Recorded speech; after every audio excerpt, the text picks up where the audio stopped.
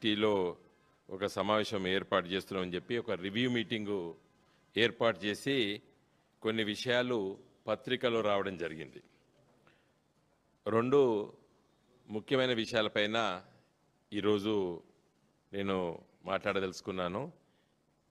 ఇది political criticism కాదు, లేతే ఈ ప్రెస్ మీటు కేవలము రాజకీయంగా సమస్యల పట్ల నిర్ణయాలు ఉన్నప్పుడు వాటిపైన మాట్లాడేదానికంటే కూడా నువ్వు విజన్ 2047 అంటే 1947 to 2047 100 సంవత్సరాల స్వతంత్ర భారతదేశం, మరి 100 సంవత్సరాల పండుగలు జరుపుకునే సందర్భం వరకు తెలంగాణ ఎట్లా అభివృద్ధి చేయాలి అనేటువంటి ఒక డాక్యుమెంట్ను ప్రిపేర్ చేసే సందర్భంలో మీరు తీసుకున్నటువంటి రెండు అనాలోచితమైన నిర్ణయాల పట్ల మేము విభేదిస్తున్నాం.